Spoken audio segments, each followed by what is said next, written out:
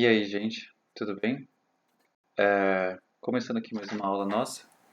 Essa aula eu vou tentar fazê-la mais leve, mais rápida também que as anteriores, que a gente gastou um pouco mais de tempo e tudo mais, e eu vejo que tem umas pessoas que estão um pouco mais atrasadas, por isso eu vou tentar ser um pouco mais breve aqui agora.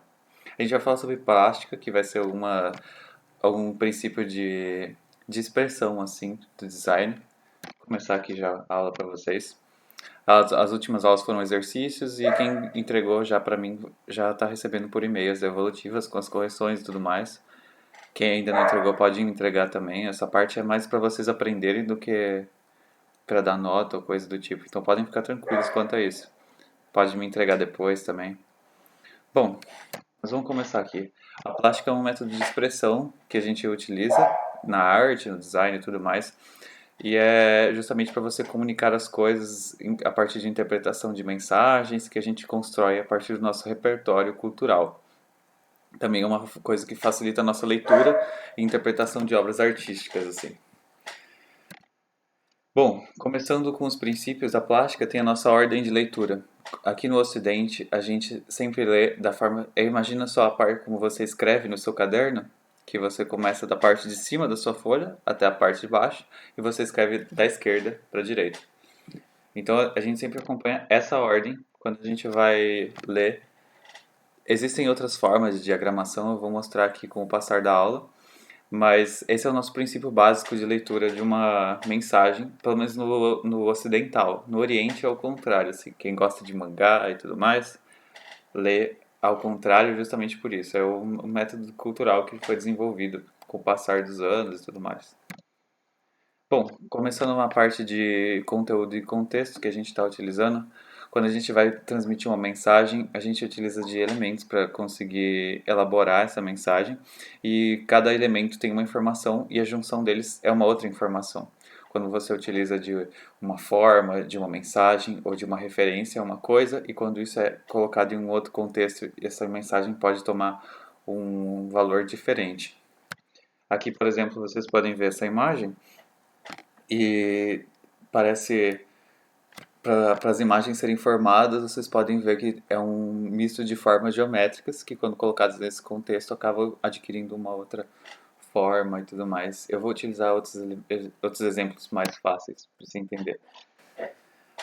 Começando, a gente começa tendo um ritmo de leitura e a partir da nossa organização dos nossos elementos na página. Você pode fazer uma leitura se tornar mais rápida ou mais devagar, justamente se vocês pensarem no tanto de informação e na facilidade que ela vai ser recebida, e a partir disso você acaba construindo uma identidade visual, colocando tipo pesos diferentes para o que você está falando. Aqui eu peguei o exemplo do Alexandre Wonder, é um designer, faleceu recentemente inclusive. Ele tem uma comunicação um pouco mais construtivista, que a partir de elementos mais simples ele tenta representar ou passar uma mensagem. Aqui, por exemplo, no cartaz da esquerda, eu espero que seja na esquerda para vocês também, são vários retângulos que, quando são unidos, eles pegam essa forma de asterisco e isso acaba fazendo que a junção desses elementos se torne um ponto de atenção no nosso cartaz para que atraia. E você vê, ele está do lado esquerdo e ele vai indo para o lado direito. Então, de cima para baixo, fazendo uma leitura um pouquinho diferente, justamente por isso, porque você vai lendo os nomes de cima para baixo e ele já vem fazendo um acompanhamento da esquerda para a direita. E ali, por exemplo, são retângulos coloridos que, quando eles são colocados sobrepostos uns aos outros, ele acaba tendo uma mensagem diferente, justamente porque a junção dos elementos acabou tornando ele uma outra mensagem, no caso. Ali, no caso, ele acabou se tornando um ponto. E ali, do quarto centenário de São Paulo, vocês podem ver que é uma união de formas geométricas bem simples, mas quando você coloca elas no contexto geral, de você colocar como elas estão dispostas no meio e nos elementos, ele se torna como se fosse uma cidadezinha. E essa é uma coisa do princípio mais construtivista, que é tipo formas geométricas e deixar tudo mais clean, como se fosse para passar a mensagem. E ele utiliza de elementos que ele mesmo colocou na ilustração dele para compor o cartaz. Ali, por exemplo, são bandeirinhas que ele utiliza para colocar e transmitir mensagem, com contraste também visual, tipo de cor. E é isso. Aqui mais um cartaz dele, mostrando que, tipo, elementos que vão se compondo. Faleceu recentemente ele. E agora eu vou mostrar para vocês, esse é do David Carson. É um outro designer e ele tem essa linguagem muito mais carregada, justamente porque ele era um método de expressão que ele utilizava, de utilizar uma tipografia sobrepondo a outra e tudo mais, e é um pouco difícil às vezes de ler e tudo mais, mas são métodos de expressão diferentes, métodos de expressão diferentes, utilizados para métodos diferentes, com propósitos diferentes. Então não significa que um esteja certo e o outro errado, um seja melhor do que o outro. Depende para qual contexto a gente vai utilizar, entendeu? Essa é do Alexandre Wolner, essa é do David Carson. Aqui, entrando numa parte mais de fotografia, a regra dos terços ela é uma coisa de diagramação de fotos, de imagens, que é um jeito simples de você resolver bem as suas coisas. Isso tudo você pode, tudo que eu estou ensinando nessa aula, você pode aplicar no seu desenho quando você for fazer, desde o de observação, quando você for colocar à disposição. Tem um cachorro latindo da vizinha, gente, desculpa, já já ele vai parar. Você pode colocar desde a forma que você vai organizar a sua informação no seu desenho de criação ou até mesmo de observação.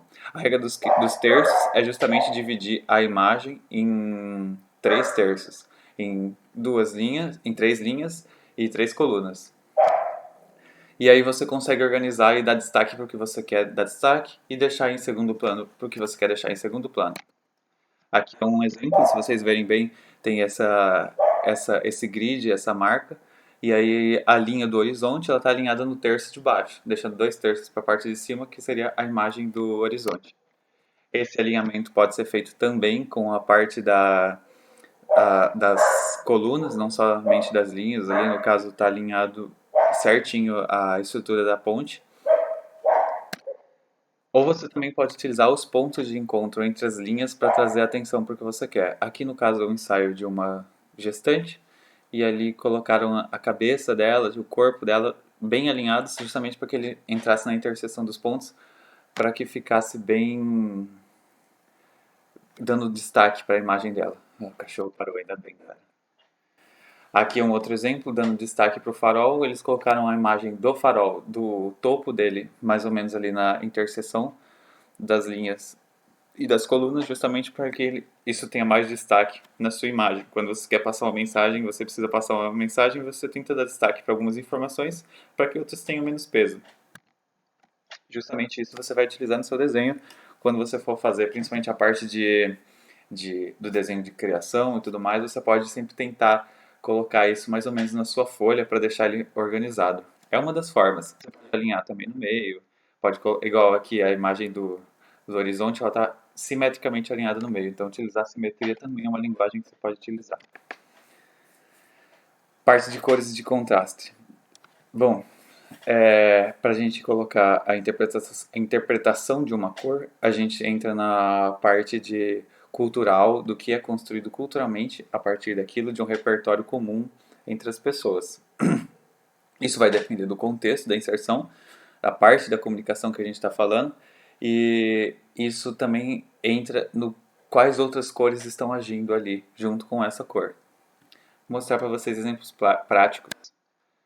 Aqui, por exemplo, você vê a mesma cor sendo repetida em fundos diferentes, ela parece ter tonalidades diferentes. Esses quadrados menores, eles têm todos a mesma cor, mas quando eles são colocados em meios diferentes, parece que ele desponta, deixa mais claro ou mais escuro. Se você vê, por exemplo, o cinza que está no preto e o cinza que está no branco, ele parece que é o cinza que está no branco um pouco mais escuro. Ali o roxo que está no quadrado roxo e o roxo que está no quadrado amarelo, você parece que eles são diferentes, mas são todos iguais.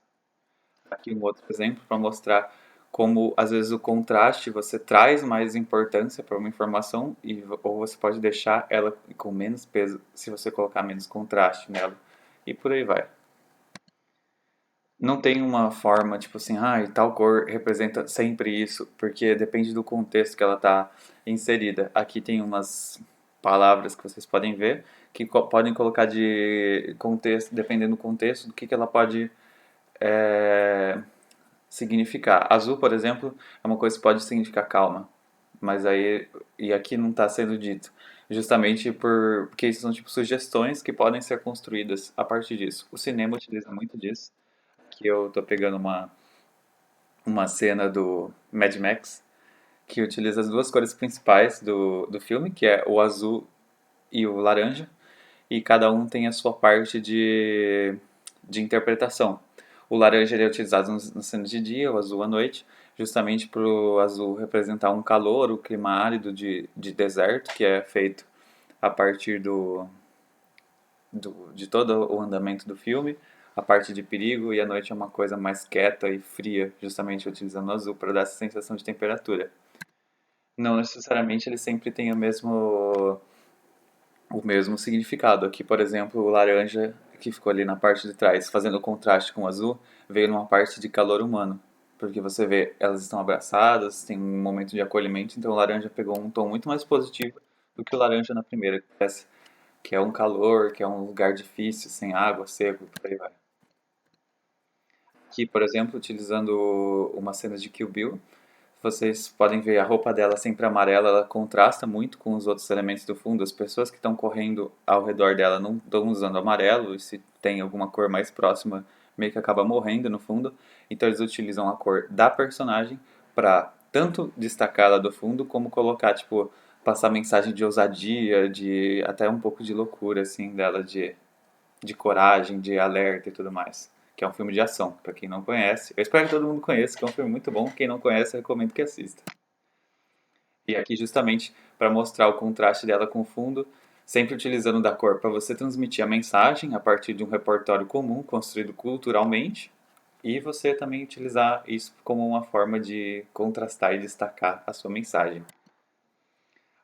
Amarelo pode significar loucura e tudo mais, pode significar alegria também. Igual a galera fala, use amarelo no ano novo, entendeu? E então, justamente dependendo do contexto que ele está inserido, ele pode significar alguma coisa.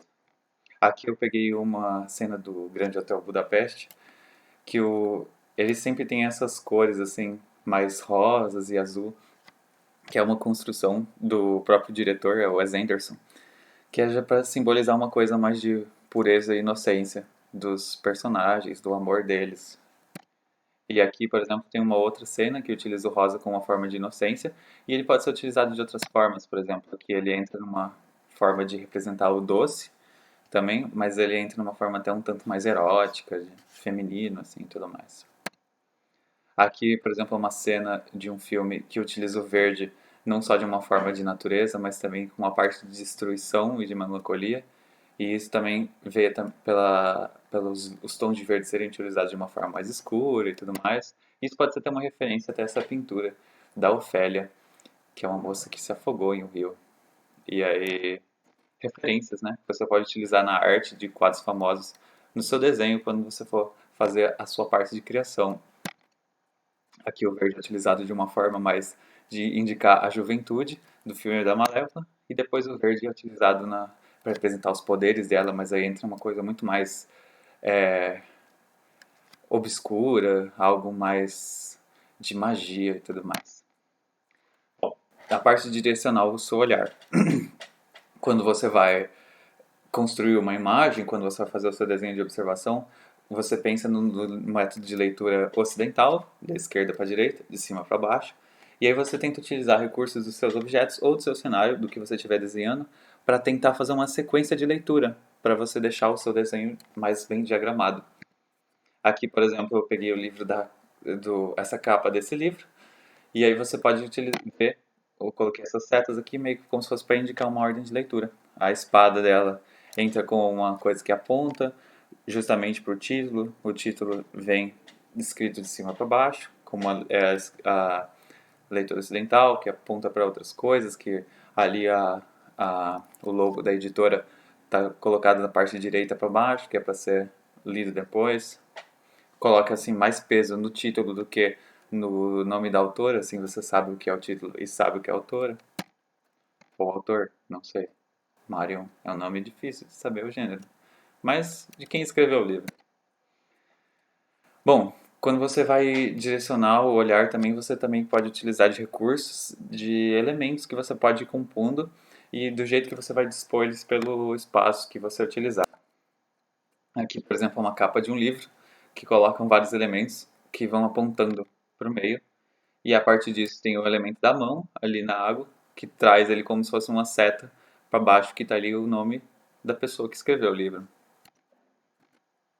Aqui são outros exemplos de capas de livro que utilizam essa aqui da direita, que é um livro mais infantil, você utilizou o próprio caminho em branco como se fosse uma forma de ordenar a leitura. Ali, no caso, um, um cavaleiro em Moscou, da esquerda, é o que está mostrando a ordem de leitura de cima para baixo, tudo centralizado. Bom, tem a aula 10 aqui, eu vou cortar agora a aula para a gente continuar na próxima e eu vou falar mais sobre alguns recursos visuais que a gente pode utilizar. Eu decidi fazer uma imagem, uma aula um pouco mais curta dessa vez, justamente porque a gente tem algumas pessoas que estão ficando um pouco mais para trás e fazer uma aula mais suave e que a galera pudesse acompanhar um pouco melhor isso tudo que a gente está vendo. Enfim, espero que vocês tenham gostado dessa aula. Não precisa decorar tudo isso que eu estou falando. Isso que eu estou falando são ferramentas que vocês podem utilizar no desenho de observação e de criação de vocês, principalmente no de criação. Todo mundo vai ter essa parte, até nos recursos mais arquitetônicos você pode pensar nisso quando você for expressar o que você está querendo dizer. Se você quer construir um ambiente quente, um ambiente frio, um ambiente bom, um ambiente ruim, algo que seja confortável ou algo que seja mais agressivo. Enfim, galera, essa foi a aula de hoje. Espero que vocês tenham entendido. Quem não me entregou os exercícios pode entregar. Quem já me entregou pode checar o seu resultado já no e-mail. Amanhã eu vou postar a próxima parte e eu vou tentar ser mais breve, igual eu fui nessa daqui. É isso, galera. Um grande abraço.